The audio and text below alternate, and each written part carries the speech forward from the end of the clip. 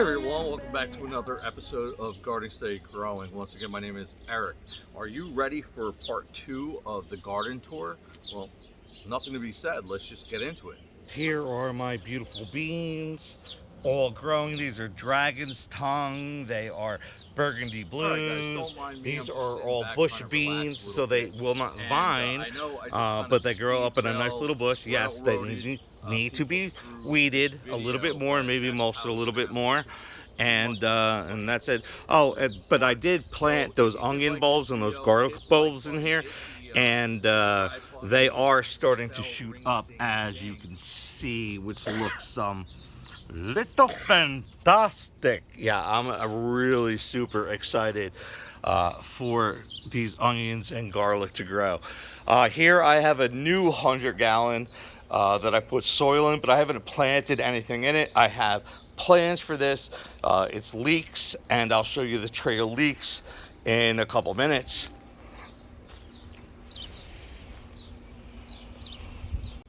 All right, so here we are at my small artichoke and okra bed, and I'll bring you in and show you just, in my opinion, they're looking beautiful. I mean, they're absolutely looking beautiful right now. They're healthy.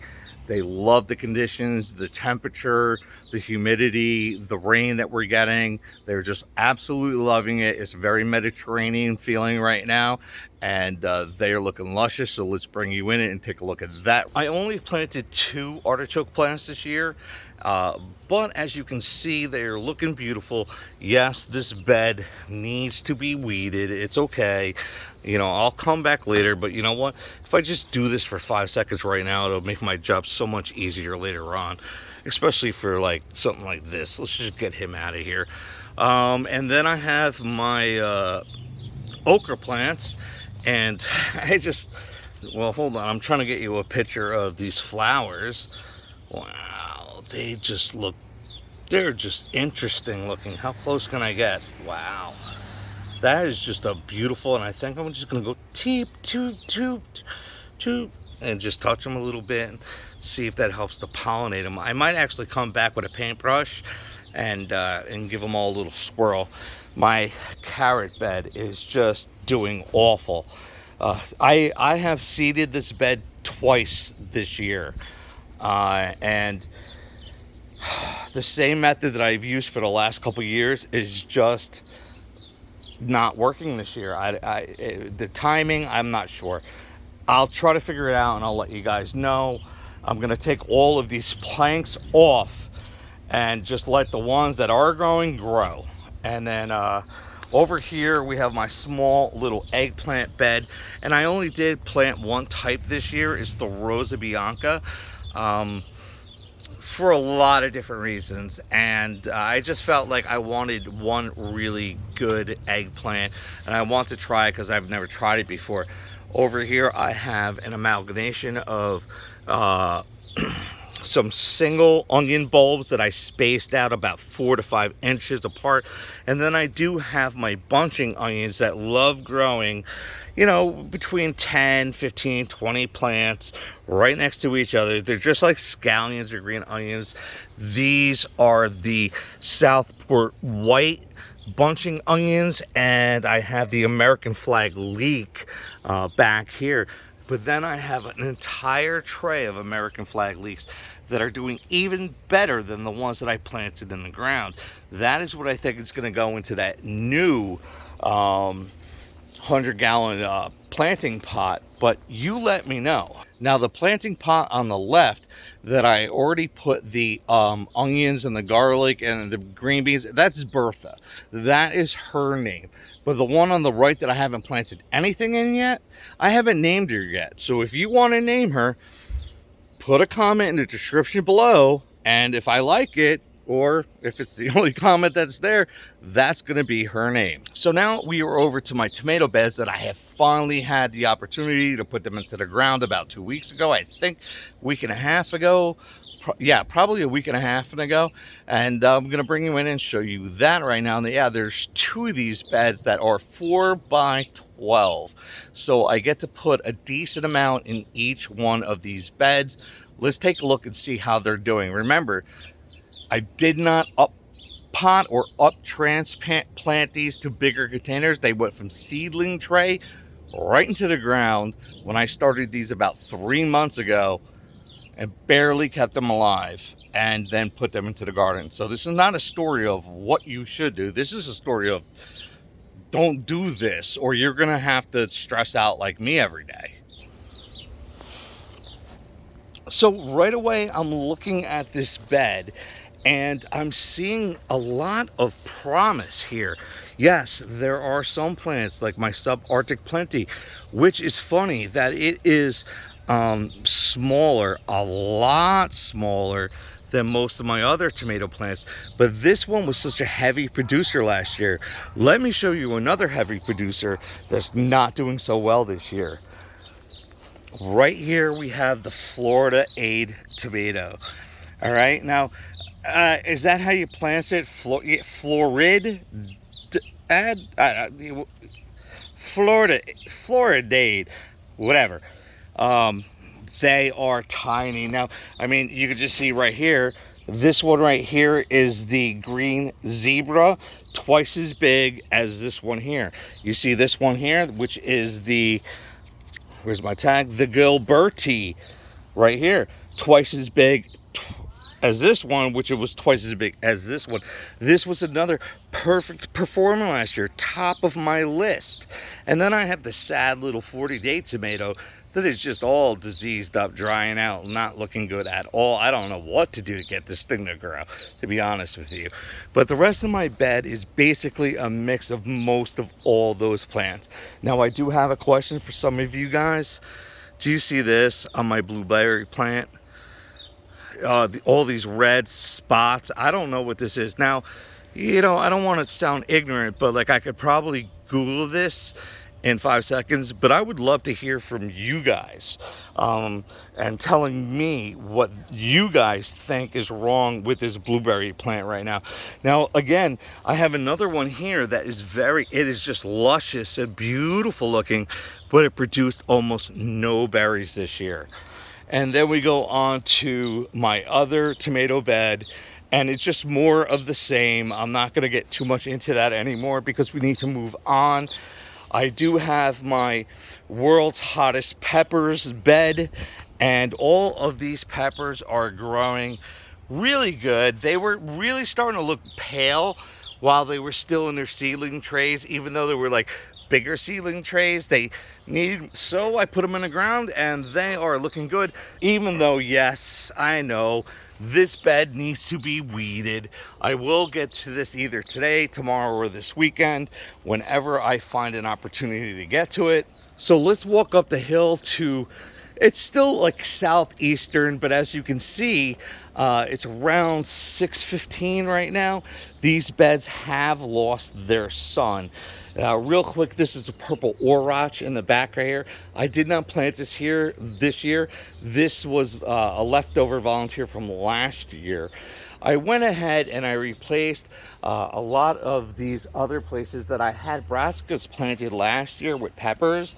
And of course, I threw in some onions with those peppers, just like the pepper bed down there I did as well, because these plants are closely related to tomatoes and they really super get along with peppers and onions, just like when you cook them.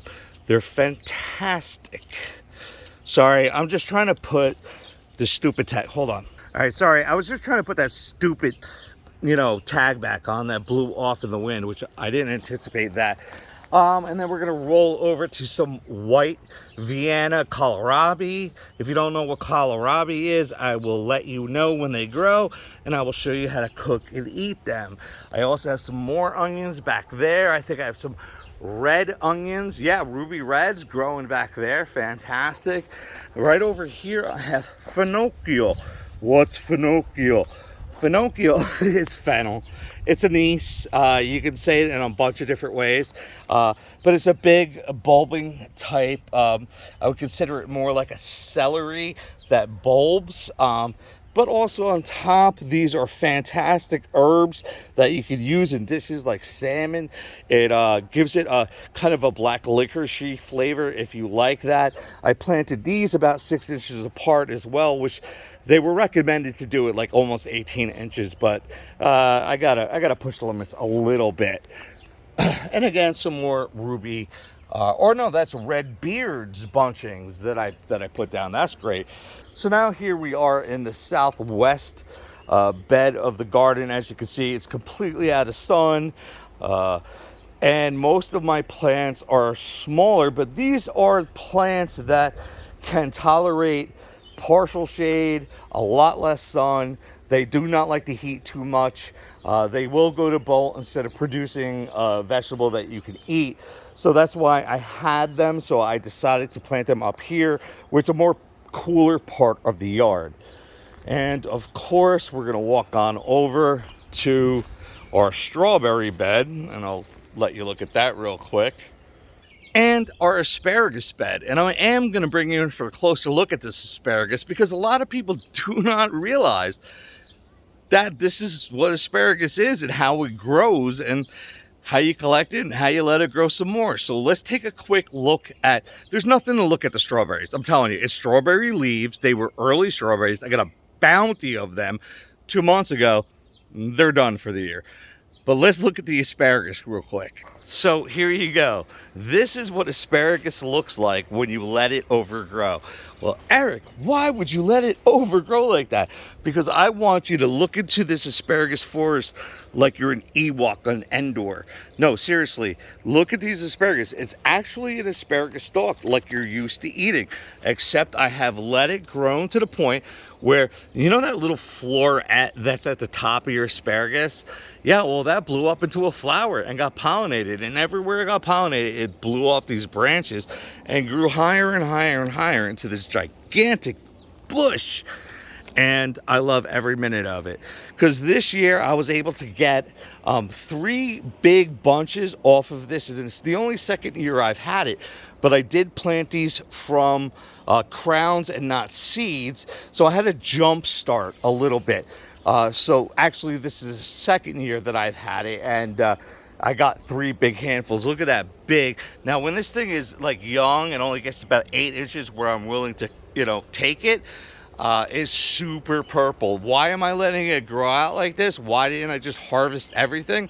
Because if I let it go and I let it establish better roots, this bush that I have right here is twice as big as the bush I had last year.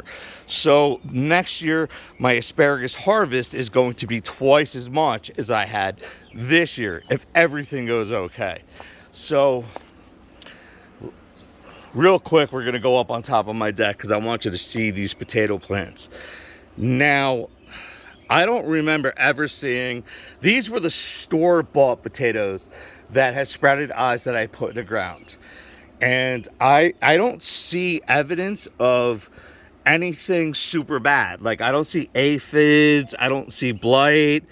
Most of these plants, what is healthy, but some of it is dying back. Now, I'm trying to figure out, is that the signal that, I'm sorry, can you see?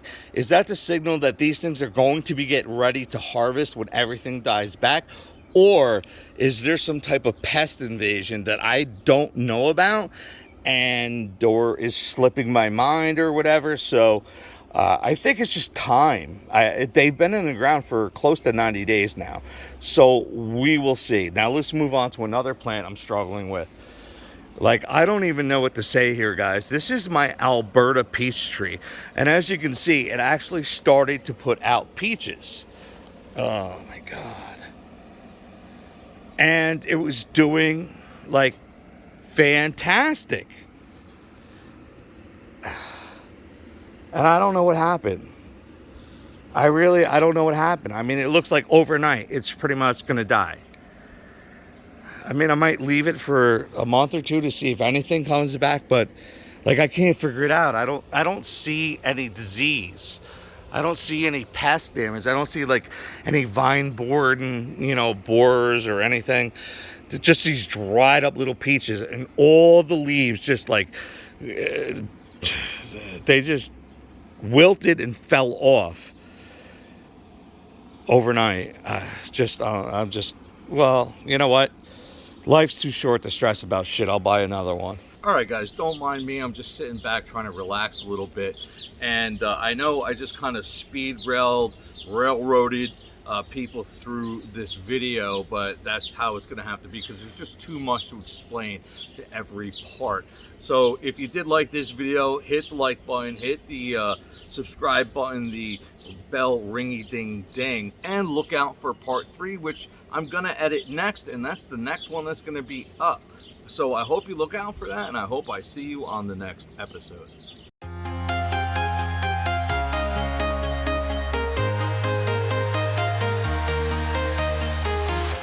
I'm walking alone, the streets are empty. The only thing I can see is my own silhouette. I'm getting strong. I already called not helping. No. I call ignoring you.